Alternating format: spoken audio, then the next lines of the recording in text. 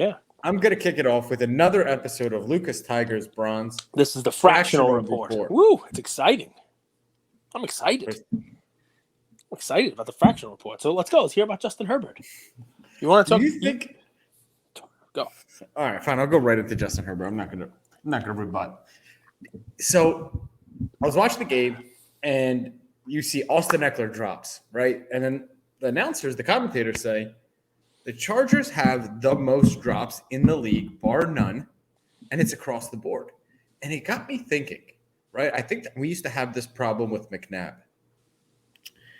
It's that quarterback that throws too hard, even when you don't need to throw that hard. And there was a play at the end of the game. Austin Eckler was kind of coming across. And it was one of those where you just lead the guy. You don't have to throw it hard. There was no defender on him. They were playing soft defense. Yep. And the guy chucks it behind him, like full strength. Pick six. You see that play? Yeah. And there was no reason for it. And he does it time and time and time again. And I bring that up because the first 4 or 5 games, he was the darling of the hobby. Then, everybody hits a rough patch, but some people hope that he corrects it. Some people, aren't sure. I'm curious. There's Justin Herbert cards, I believe, on Collectable. I think there's a few. What do you make of it? Any thoughts? I have never been a buyer on Justin Herbert. You know this. I've said his cards are ridiculously overpriced for the longest time. Said that he basically needs to win 3 Super Bowls in his first 5 years, plus a couple of MVPs to boot, and maybe he should play defense and have a couple of interceptions as well. He needs to play cornerback to justify what people are paying for his prices, for his cards. He basically was crowned the next Brady, and I disagree. I don't think you give it McNabb. It's not his guys aren't dropping the ball because he's throwing too hard. They're dropping the ball because he's not good. So here's the stat for you on him, right? Here's a stat. You ready? What does that mean? He's not good. Well, I'll tell you. I'll tell you. Do you know that he has an average yards per throw on completions of 7 yards? It's the worst in the league. And I've said it all along. If you guys listen to our show, every time I talk about Herbert, he is just a smidge better than Kirk Cousins. And he has the same weapons. Better weapons, perhaps, for his type of inaccurate throwing. For yards after the catch. Keenan Allen is fantastic. Mike Williams is a giant, right? I mean, and Austin Eckler, this guy is just he's like Christian McCaffrey light. It's amazing how 4 touchdowns last week. Just a dump off back, running back, you name it. Just just a great safety valve for a quarterback that is just not accurate, and he doesn't throw for if you're right and he has a cannon of an arm and he throws it too far, he throws it too hard or too so. Why isn't he throwing the ball downfield more? His stats would say he's accurate downfield, by the way. But I think that's because he's got guys who catch jump balls. The touchdown he threw today at the end of the game was a Hail Mary. Just a jump ball. Cook went up for it and pulled it down. It was amazing that he got it. Probably had a catch probability of like 11% on it. And that'll go down as a great stat for Herbert. But you watch him, he just does not look comfortable. He does so and listen, obviously he's a rookie, right? But I just watched the Packers game. It's 4th and 2. The Packers don't even they're going for it. It's 4th and 2 at the 10. He's not a rookie, but he is a sophomore slump. But he's young, is all I'm saying, right? He's not Aaron Rodgers. Obviously, Aaron Rodgers has been in the league for a long time. He's towards the end of his career, and he's been playing for a long time. It's hard to compare it. But you watch quarterback play, and there are some quarterbacks that just, if it's 4th and 2, you just assume they're going to get it. If it's 4th and 2, you assume Herbert's coach shouldn't go for it. Right, because he gets happy feet back there. He's scrambling. He's going to throw it over somebody's head, and even him, he gets lucky on a majority of them because if he puts the ball anywhere near Keenan Allen, the dude goes up and gets it. Right, so he's been the beneficiary of having some really big and good weapons to throw it to, like Kirk Cousins. Is there anybody out there who does less with more? Right, it's that kind of a scenario, right? And that Chargers team. Not very good. They've been exposed. I don't think anybody's very good in that division, to be honest. The team that comes out of that will probably get knocked out of the playoffs in the first round. And right now, it's anybody who can come out of that. But yeah, so I'm not. Herbert is the beneficiary of 1 card on Collectable, 58,000 market cap out of 5 National Treasures. Beautiful card. Do you think we see any movement? Right, we have 1 card. Do you expect a sell-off? Do you think it's just going to kind of ride out at this price at $58K for the rest of the season? I mean, I would be very nervous if I were holding any Herbert cards. I would, because people were expecting him to win the division this year. People were expecting him to go out there and at least give Mahomes a run for it. And if there was ever a year where you were going to try to take down Mahomes, wouldn't this be the one? Right? And listen, team wins are not always just about the quarterback, right?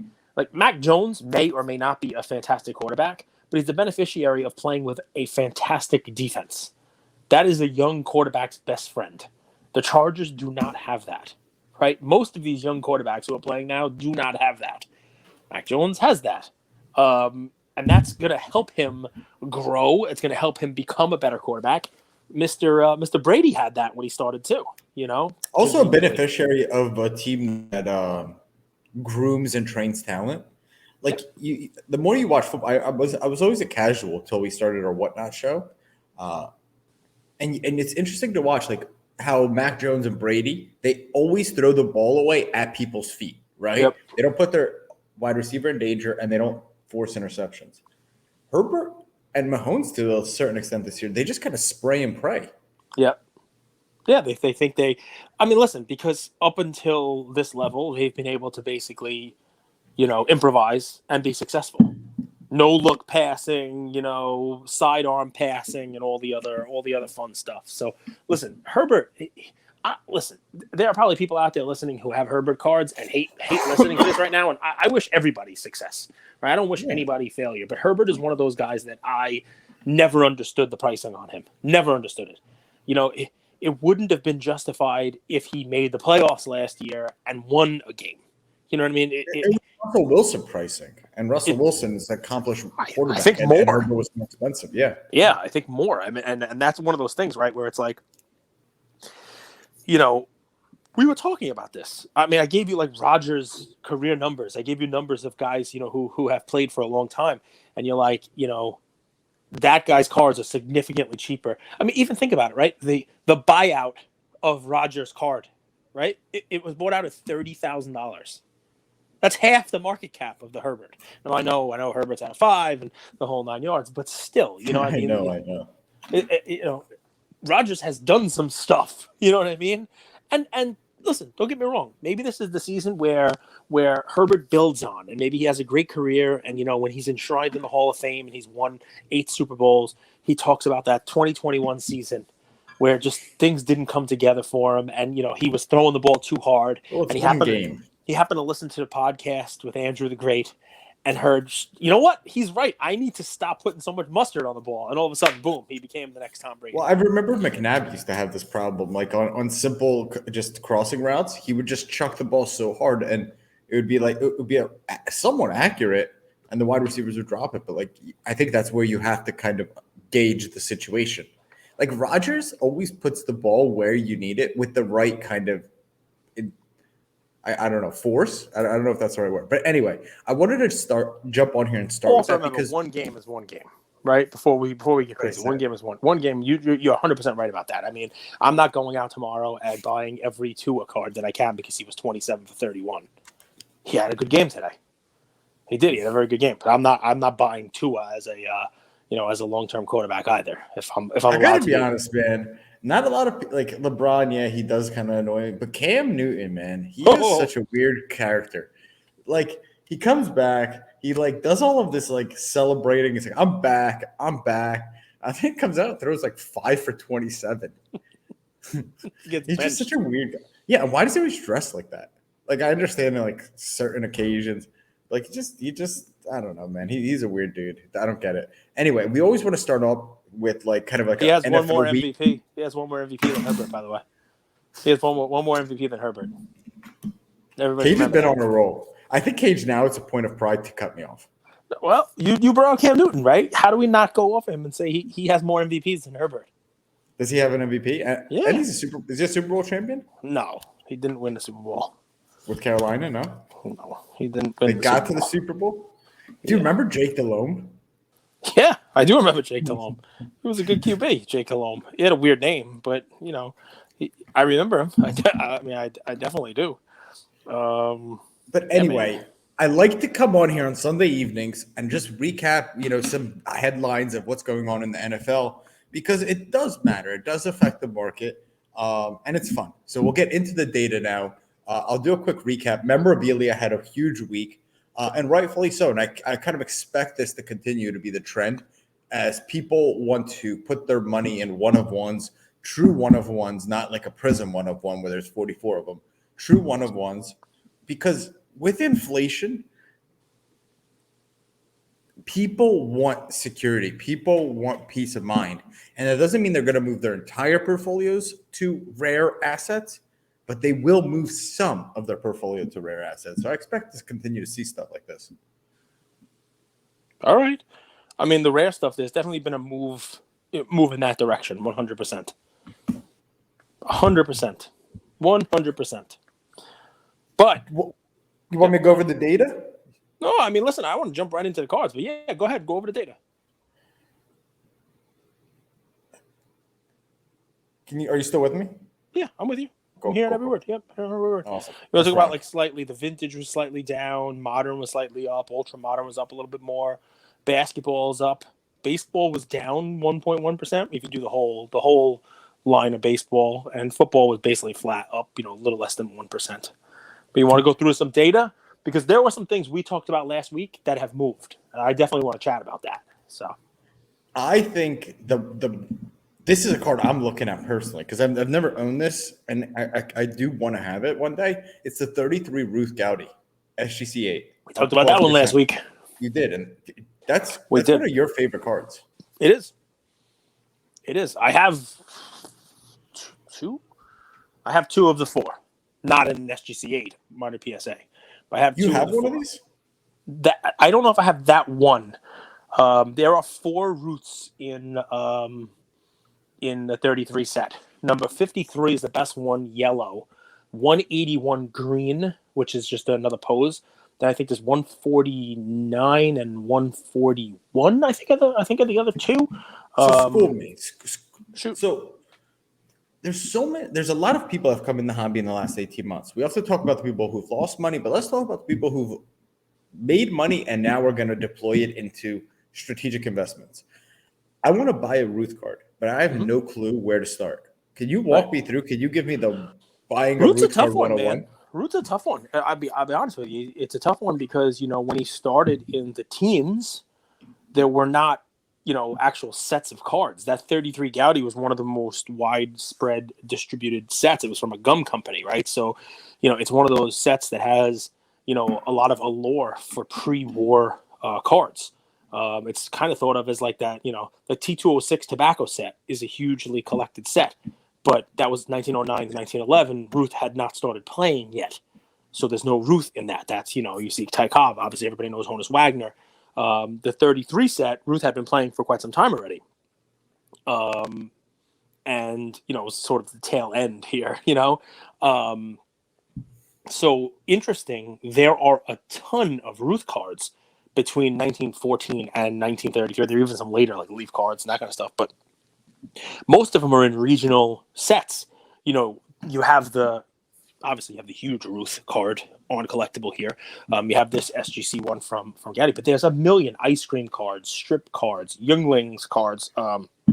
There's I have weird cards, ones that are just do you think we remember Jordan like we remember Ruth? Like, let's fast forward the years 2084.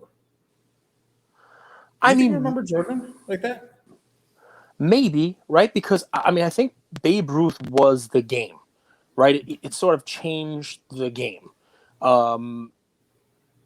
So there were athletes in the game before, but I think Jordan made it this like high-flying, dunking spectacle, high entertainment type of game. Brought it into the culture, brought the sneakers into it and that kind of stuff. Babe Ruth, he also had a candy bar, but it's funny. This is going to be ridiculous, right? If Steph Curry won a whole bunch more championships and a couple more MVPs and was thought of as like the greatest player, you could make an argument that he's sort of more Babe Ruth. And just stay with me here, right? I know Jordan is for culture and Jordan is for name, but Ruth was the home run. Like Ruth changed the game because there were not home run hitters before him. I mean, when he hit 60, I think he hit more than any other team hit. Right? That was not the game. The game was, slapping the ball. The game was average hitters. There were people who hit 400. I don't want to say often, but there were several of them that hit 400. Now no one hits 400, not since Ted Williams, right? It's a very different game. And it's even more They don't even so, try to hit 400. well, That's even not now. considered. Yeah. I mean, in the 80s, you had guys who came close in the 90s. I mean, Tony Gwynn, hit 370 something one year, 390 was hitting for a while. I mean, there are people who hit, in the high 300s. But, not anymore. Now it's launch angle and, home run or strikeout. So, you could say that, Curry with the 3-point shot and the way the game is played now is sort of a little bit more like that. But yes, as far as like culture wise, the name, the aura, Jordan, 100%. He's the measuring stick, right? He's the one that you measure. Everybody who comes is going to be measured against Jordan now. Is LeBron. What do you think it is that Curry's doing? You're hitting all my favorite topics right now. What do you think that it is that Curry's doing that is garnering people's attention this year, but they didn't realize his greatness just a little bit ago? So everybody realized he was great when they were winning championships, but it was sort of a team. And then, when they won multiple, two more of them, he had Durant out there, and it was kind of like this, team. Last year, I think Curry got a lot more respect because he basically got him to the playoffs. I mean, it was expanded playoffs on his own. Like, he played MVP level ball with very little support, very little team, backing there. Everybody was kind of hurt. He had nobody else with him and still put up, MVP numbers. I mean, I know he got first place MVP votes. He didn't win it, but I think he was second. And now this year, he has his team playing great ball, and he still hasn't gotten back the majority of the pieces that are going to bring him there. So why I think people are respecting it now is because last year wasn't a fluke, right? He's playing at a ridiculously high level year over year, and people think he has a shot at another championship this year in a difficult West to get out of, and then not so difficult East. If he adds an MVP, which he is in the top vote getters right now, top 3 probably in votes, however you want to put him in there, and you throw in another title, now you're starting to talk about like rarefied air. You're starting to talk about like company that not a lot of people are in, with the multiple MVPs and the multiple championships and that kind of stuff. So I mean, it's an interesting. I'll give you guys a little preview of my play tomorrow because I had an outline for this one, but I knew that today's was be a little bit more fluid and a little bit less data. My play for tomorrow is actually going to be Wiseman. And it's subtle how interesting the Warriors do things. They sent Clay and Wiseman down to the G League together. Veteran, youngster. It's so subtle how they do this thing, how you groom talent. They did the same thing with Jordan Poole. People don't realize Jordan Poole is having a great season, but how much they groomed him and how much they helped him improve. And that culture, man, I love that you said, Curry is more Babe Ruth from the standpoint that he changed the game. Yep. Now everyone, when they cross half court, defenders are on them. Now they're willing to shoot. Well, more importantly, right, when my son is out playing basketball with me and he tells me to dunk, I'm saying, Jordan, and I'm dunking to hurt myself. He's going 3/4 down the block and chucking up a shot that he won't even get it halfway there, yelling, Curry. He's not saying LeBron. He's not saying Jordan. He's chucking the ball, saying, Steph. So that's the difference, That's the difference. And it really, I mean, it's an interesting thing. The kid on the block does the same thing and yells Trey, so don't read too much into it. I feel bad for Trey because people are posting his offensive numbers, and he's an incredible offensive talent. I was watching them versus the Knicks last night, and it was shocking how little Trey is. Like, yeah, he's such a vulnerability on defense. Any way you slice it, like you can't hide him. You can't hide him. He's that little. But no, I want to talk about Luka because Luka cards have seen a little bit of a sell-off. Mm-hmm. This is against the grain, but stay with me. So Luka's season high so far this year is 33 points. He's playing incredibly well. He's under control. He scores at will. It looks like he's mastered the game, doesn't it? At 22. But I feel like he's out of shape. And I feel like this is going to be a weird season for the Mavs. And he doesn't look great to me. He looks good. He's always good. But he looks a little bit unfit. Did you agree with this? Would you be a buyer, holder, or seller on Luka cards? Well, I mean, he got hurt. He was out for a little bit. It's tough. Tough to stay in that shape. Would I be? Listen, that West is too good.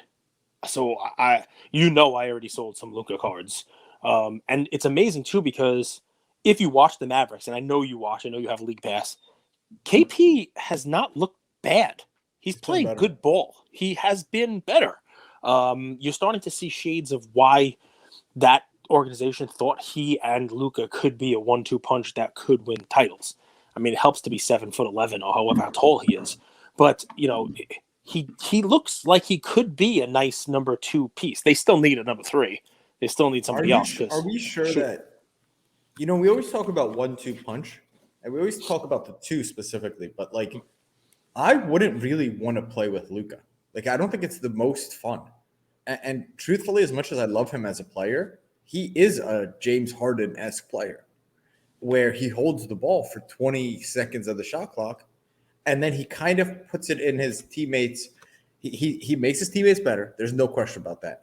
But he doesn't involve them in the same way that like maybe a Steph does. Hot take, disagree? No, listen, that's not on Luka. If they ran a different offense where they passed the ball around a lot more, then, he would be fine also.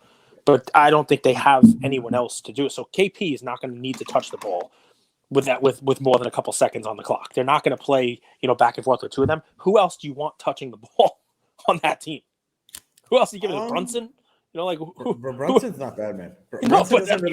Brunson doesn't play with Luka plays, really. Like they stagger them. He's the backup point guard. But Tim Hardaway Jr., Reggie Bullock is a good shooter. Yeah, Reggie Bullock was like a number 6 on the Knicks. I understand what you're saying, and I'm not disagreeing with you. I think Luka can play with anybody. I get what you're saying.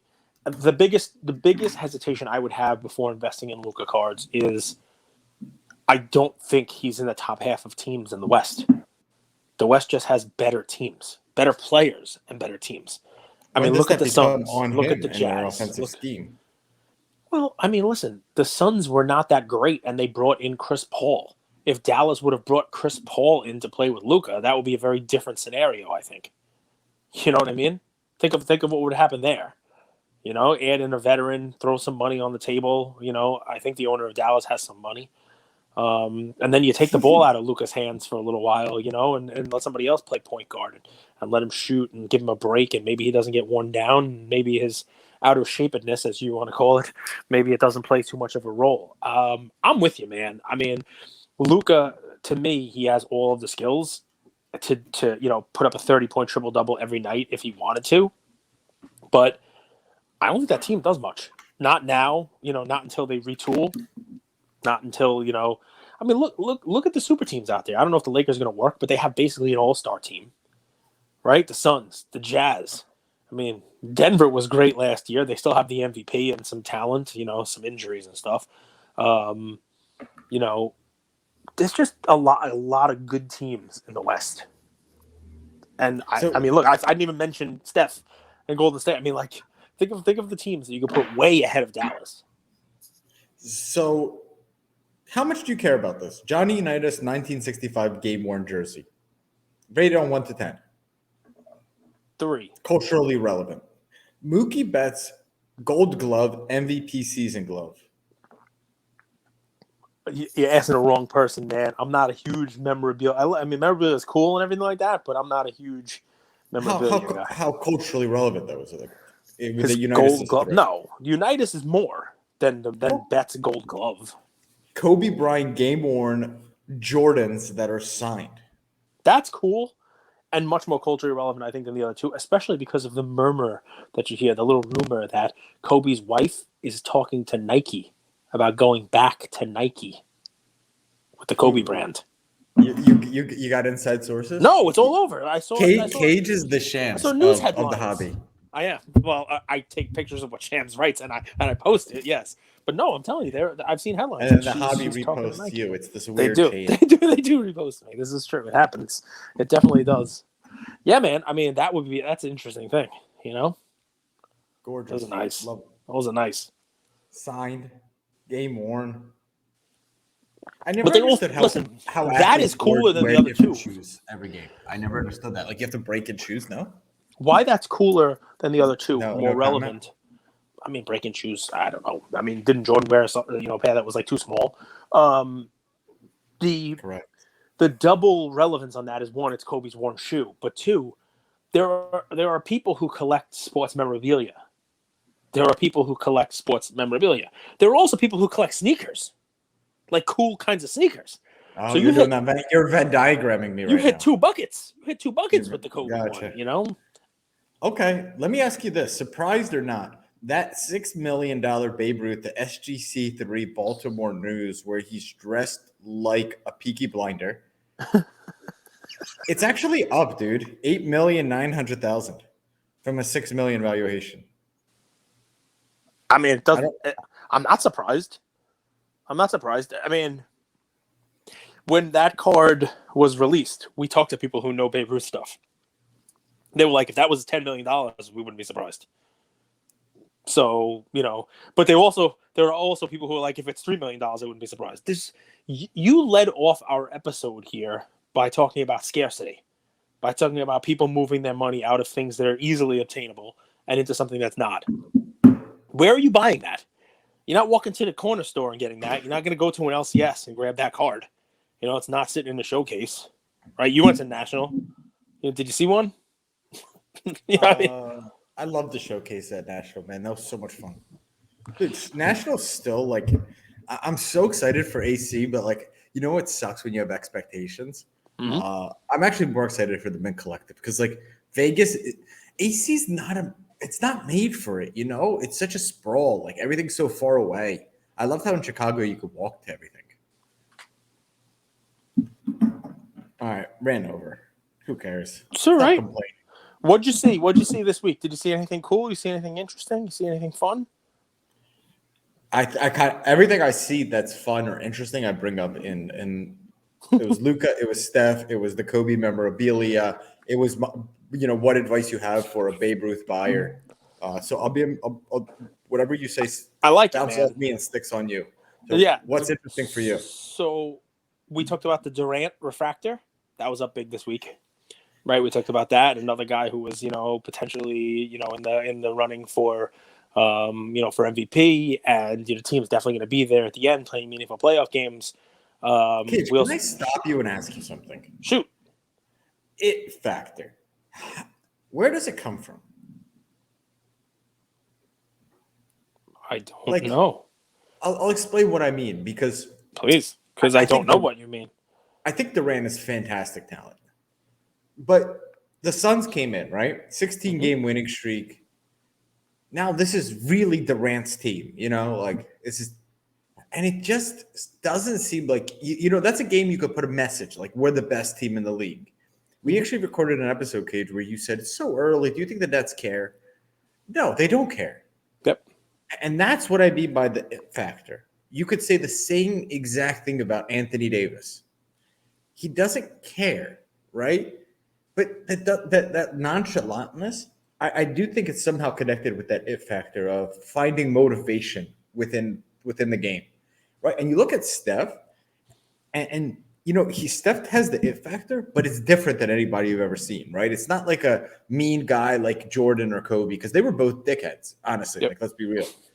But Steph has his own it factor, right? He's a showman. He finds ways to get up for games. I wonder if the train will hit what does it say? Like it will be run off the tracks. Like when we realize that Durant ain't that guy, right? He's incredible talent, but he doesn't have it. Am I off? Well, I mean, some would say he needs lotion. You're an idiot. Dude, you spend way too much time on the internet for a 50-year-old. 55. Don't cheat me out of 5 years.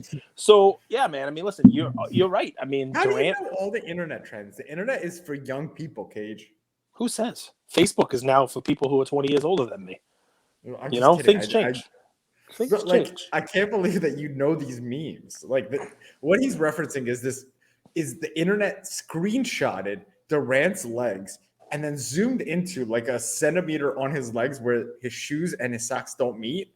And they said he needed lotion because his skin was like dry. And Cajun Ashy. knows. Ashy is the word. Ashy is the word. How do you know this? Kendrick let him have it. Kendrick let him have it. But hey, I mean, look, because I watch a lot of sports shows to prepare for what we do. I watch a lot of sports shows. I watch. Those sports shows talk about Kevin Durant. Yeah, dude, Kendrick is all over it, man. He really was. But so listen, the Durant refractor's up. The exquisite box we talked about for the last couple of episodes. Remember, now we saw the PWCC auction sell for less. That exquisite box was down, right? It's interesting to watch how one big comparable sale will pull it up, and then another sale, another comp, which is lower, is going to pull it down. But here's a fun one. LeBron, right? We just tend to think, all right, performance out there is going to dictate card prices. But if you were to pull up the LeBron Black Refractor BGS, you'll notice that was up a little more than 10%. But if you pull up the LeBron 03 Ultimate BGS 9.5, that was down almost 10%. Now, there's only one LeBron. He only did what he did this week, right? He either was good, bad, or indifferent. He got into a fight. He threw out some Pacer fans. He threw some elbows. Can I give you my take on it? That's why I'm bringing it up. I want to hear it. You've been in NFT projects since March, right? Yep. And you've spotted different projects. You've spotted projects that have really cool art. You've spotted projects that have a really cool kind of community, right? But you've also spotted kind of these projects that are all narrative driven, right? And I think LeBron's legacy and holdings is all narrative driven right now. Yeah, but how would that answer why one of his cards would go up and one of them would go down? Because some people believe the narrative and others don't. Okay. Like the narrative that he's definitely going to pass Kareem. That was one narrative. Yep. The narrative that he's the greatest, even if he doesn't win another championship. The narrative that he's always carried his teams on his shoulders. There's all of these kind of like parallel narratives about LeBron that the social media world spreads that some people just accept as true. Like, dude, if you go to like big media accounts like Hoops Nation, they do a good job, Dunk. Like every other day, they post a question about like, does this stat make LeBron the greatest of all time? Because they want people talking about it. So he's in the news cycle year round, regardless of his performance. So some people believe it. His cards go up. Some people don't believe it. Maybe I'm wrong. I mean, I guess where I'm going is the Black Refractor's up, the Ultimate is down, right? So whether you believe LeBron, don't believe LeBron, I think different people own those cards. Yeah, but I think it's the cards itself, right? And I think you see Durant's Refractor up, Topps Chrome. I think basically what you might be looking at here is there are plenty of autographs of LeBron in 03, and if you're going to be in fractional, maybe you're looking to get a fractional piece of his exquisite instead of his ultimate. Maybe the ultimate is not the autograph you want, whereas the Topps Chrome Refractor in black or gold or regular refractor might be the one where people are starting to put their non-autograph money of him. And that was kind of like my observation on LeBron because it wouldn't make sense, right? It wouldn't make sense any other reason. His performance was what it was. Another one I'm looking at. Have refractors always been more expensive than, as a general whole, more expensive or on par with game-worn patch autos? Because we are kind of in a refractor boom, in my opinion. It depends. Depends on the numbering, right? I mean, a black refractor, I think there's 500 of them, right? RPAs or, patch autos is going to be significantly less of those, right? So, and you got to remember, refractors started before there were ever patches, right? Refractor started in 93. 93 Finest Baseball was the first year of refractors. And, well, it's just interesting, Cage. Like the Curry Gold Refractor just sold through Alt. Yep. Basically the same price, a little bit off, as the National Treasures patch auto of Curry. Yep. Right, and I just it gets you thinking, Well, there are people. I mean, the gold chrome from 09. What was the numbering on that? What was the numbering on that? That was that. That's so the RPA is out of 99. That gold is out of 50, right? It's very condition sensitive, so there's a lot of things that go into that. Remember, when For they're sure. numbered, it's easier to make the comparison, and that card is real low pop in high grade, just because the golds seem to really be, and people love gold, right? And gold for People Chrome, love gold. the gold for Chrome. So even when Topps handed it Gold off to member loves Prism gold. and Prism in 2012, there was still gold Prisms, and people still collect those, and they became even more rare because they're out of 10. So it's one of those things that there could be some continuity of, like you can get a Curry gold rookie, even though it was Topps.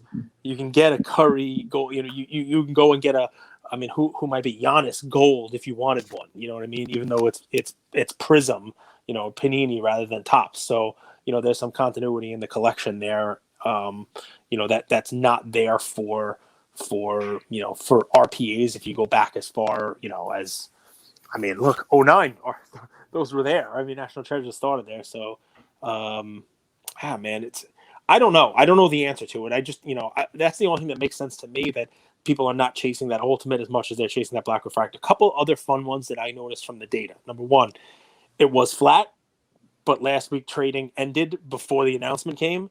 Zion's card.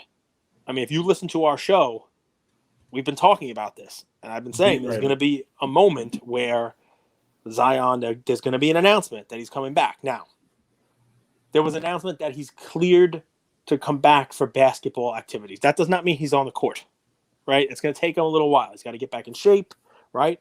I don't know if I would bet that he'd be back on the court this calendar year, right? Maybe makes like a Christmas Day, kind of thing if they're playing, or something like that. Maybe. I wouldn't expect him to be back anytime soon, but there was an announcement this week that he's ready to come back, and I expect people to start looking for the Zion cards again in that run up, in that little bit of a pump here for for Zion's return. We see him. I will say this might be the best scenario. So it's always interesting when things like this happen. So his team is terrible right now, right? Yep. So he has so much room for upside. So he comes back, and let's say they go from 14th to the 8th seed, 14th to the 9th seed. He's going to get a lot of credit for that. Yep. Versus the reverse, his Grizzlies are in the 8th seed. If he leaves and they do better, which they're crushing the Kings tonight, how does that affect cards, right? You get to kind of see apples to apples a little bit when a player comes back or leaves. So for Zion, this is an incredible scenario to come back to, where his team has been playing. I think they're a better team than advertised, but they've been playing terribly as a record. And if he comes back and performs and they win some games, tremendous upside, right, for his cards? Yeah. Well, listen, if you're somebody who is able to jump in on that now based on that news, that card's been beat up.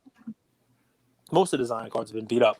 So we've been talking about it for a while. There's going to be an opportunity to jump in. This might be it. It may also have another leg down if he's not back in 3 weeks and people have forgotten.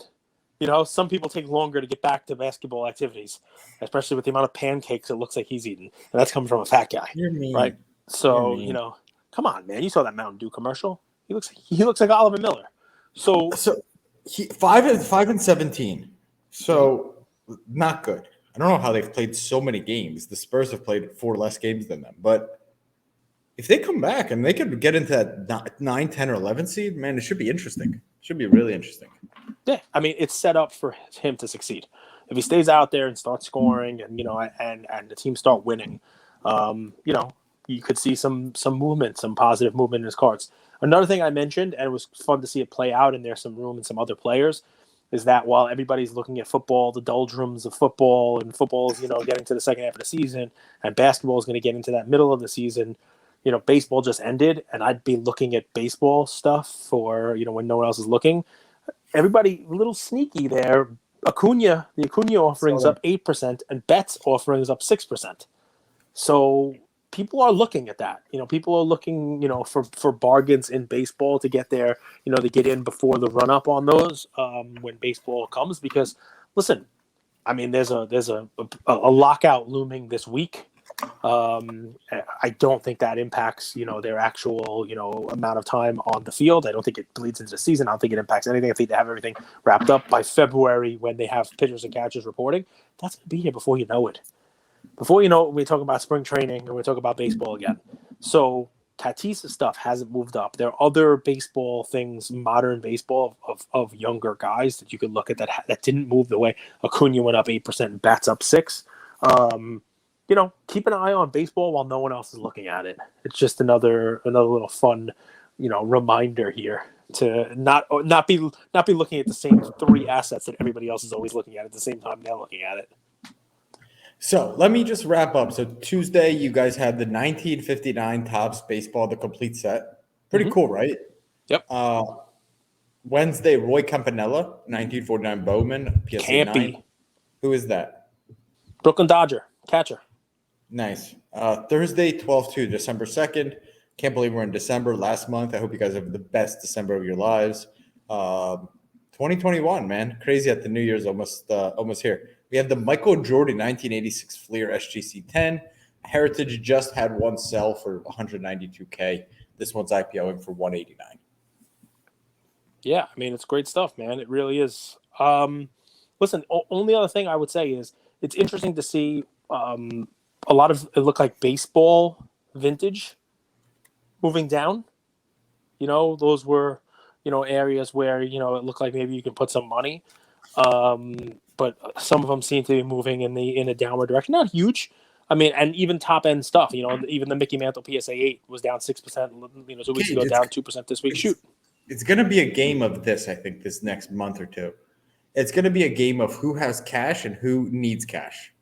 So with the holidays, right, we need to remember this is real people with real lives. And some of these cards, we have big collections. They're going to say, I could sell off this one or I could sell off this one. And it funds some of the things that we want to do over the holidays. Other people have the liquidity out the, what. Mm-hmm. So if you have liquidity, if you have cash to work with, I do believe there's going to be some bargains as people get out of things to free up some extra cash. So one thing, because this is right in your wheelhouse, if you have the ability to share your screen and you can pull this up, take your time. I'd love for you to pull up the Lionel Messi rookie card basket, right? So that rookie card basket. And I'd love for you, because look, people, even the ones who are most invested in this stuff, you can't be an expert in everything. Soccer is your bag. You play college soccer. You follow these teams. You know what his team is doing. But he moved teams. I want you to talk about that and talk about his performance recently, and then take a look at what that basket did last week. 61. Wow. All right. So take a look at week over week performance. So that this basket's been beaten up a little bit. Right. And I think on the surface, and again, you're the expert. I don't have the soccer knowledge that you do, but I think it would come in very handy for this particular item for folks to hear. The headline, not always the same as the actual story. The headline is he goes to this quote unquote super team and he's not scoring.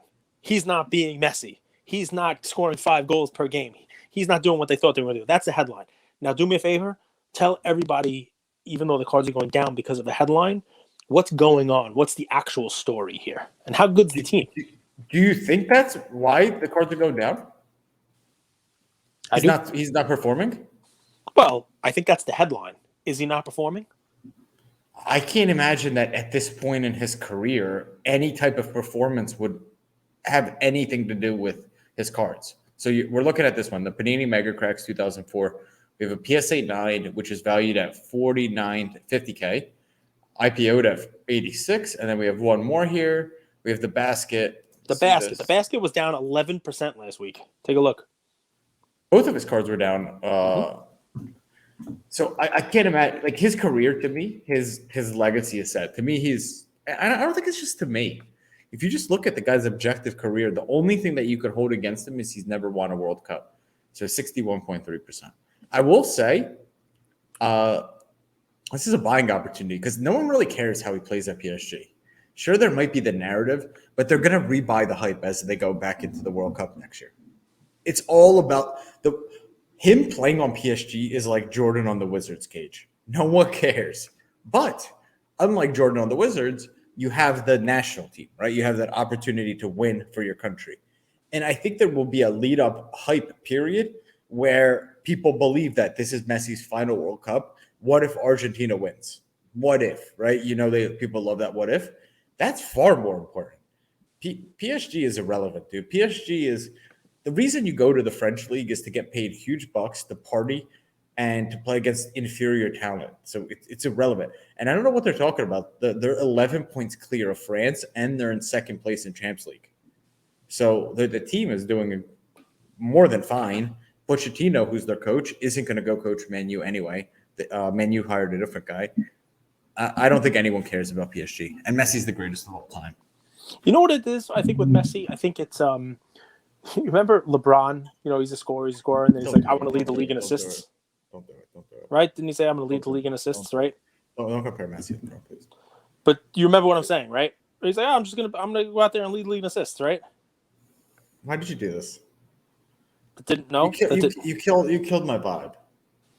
You compared my favorite soccer player of all time to someone I have a. All right. Yes. LeBron said he's going to lead the league in assists. It took me a second to change. I'm sorry, Cage. You hit me with an unexpected kidney punch. How was it a kidney punch? I don't know. It felt like it. Okay. So anyway, the end of the 1920 season, LeBron, who obviously everybody knows is a great scorer, almost 2 decades into his career, he adds another little trophy to his trophy case. It was, I think, year 17 for him, and he became the assist leader in the league, right? Obviously, Messi can score goals, right? But what he's doing with PSG is he's actually becoming a playmaker for other people, more so than people probably expected in a French league. But, he's done this now, at least 15 assists. How many years in a row? I think it's 14 years in a row. At least 15 assists. And the other day, I think yesterday, he had 3 assists in one game. A little hat trick of assists. Look at you showing out your soccer stats. No, but I mean, you're the soccer guy, but if you don't want to put stats in there, that's great. Who else is on his team? Who's he currently playing with on PSG? The thing about soccer, like his team is stacked. I mean, they have Neymar. They have Okay. Mbappe.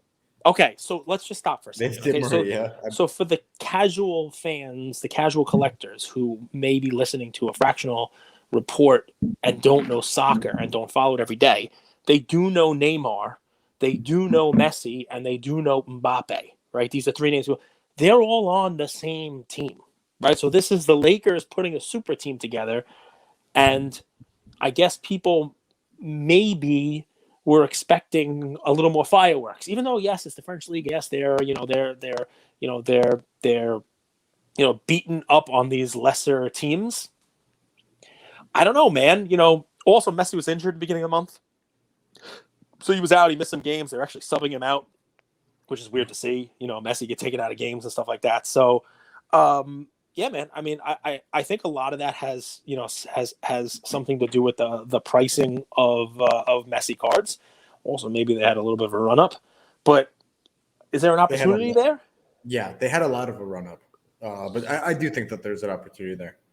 And by the way, when Messi got pushed out of Barcelona, and when he left, he was in tears because he loved the club and he was so loyal to it. There we go. Well, I like a player that's not afraid to cry. So, that's we'll end it with that. But yeah, guys, I mean, listen, this is there's some interesting plays out there. Watch out for that Zion. It's one of those things that could just rip because everybody kind of everybody kind of has just been waiting, right? Everybody's like, oh, Zion's not playing, and you bring up a point I hadn't even thought of, which is, yeah, he's gonna have expectations. But from a team perspective, that can't be much worse. If he comes out there and wins a couple games, everyone's like, Zion, the savior is back, because they're going to be a tough they have a tough team. Jonas Valanciunas and Zion are 2 guys you don't want to get picked on. You know what I mean? Like that's a big front court.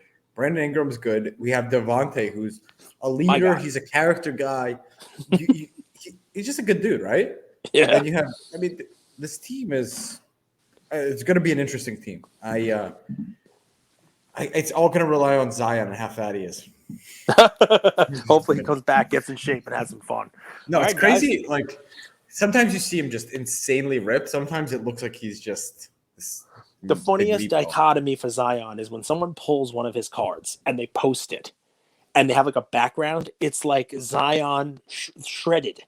It's like 3% body fat Zion with the card in front of him. But on the actual cards that Panini makes of him, it's like, it's like the Hulk went off his diet for 4 years. You know what I mean? Like, it's like, he's like, it's like, it's like Jabba the Hutt, so it's interesting to see, like I saw obviously that the Zion 101 logo man was pulled this week, and, people were posting pictures of it and they got like Zion in the background and he looks like a bodybuilder, and you're like, where's that picture? Panini hasn't used that one on a card. I'm going to go on the record, guys. I'm going to go on the record. Woohoo. I think time won't be kind to event-worn memorabilia, event-worn cards. I don't think it will be. Explain. I know Cage is the National Treasures cards, the ones that people are paying big money for, are they're not even game worn. They are event worn, and the replica jersey. Like, they give the guys like a jersey, he throws it on for 30 seconds, they take it off, and they cut it up and make a card out of it. And I know that right now it's in the hype bubble. We're all chasing, and it seems cool, but I just can't imagine that history treats that kindly. When you have such beautiful cards and such like, this is a hobby that has history for 100 years. You know what I mean? Yep. So I don't think it's going to take too kindly. I think Flawless is going to be much more respected. I think Exquisite is going to be much more respected. That's just my take. I don't know. Maybe I'm crazy. Listen, you're not the only one saying it, right? And what he's talking about, folks, just the National Treasures for this year's product and other products. They have a jersey that you'd like for a card that's going to be that much money to be worn by the player in a game. There are other products that have game-worn swatches, but event-worn, which is like, it's like cheating. It's like, hey, you hand them a replica jersey, they wipe their brow with it and give it back to you, they cut it up, and it's event-worn, not worn in a specific game. So it's interesting stuff, man. And there's nothing wrong with that, but that can't be your prized card. Like, that can't be the one that everyone's chasing. That's so like. I get it. I get what you're saying. Right now, you're wrong. Right now, the money is speaking, and it's saying people do not care. But yeah, we are in an interesting cycle, right? And that may change. So Love you, right now, Nation. you're wrong.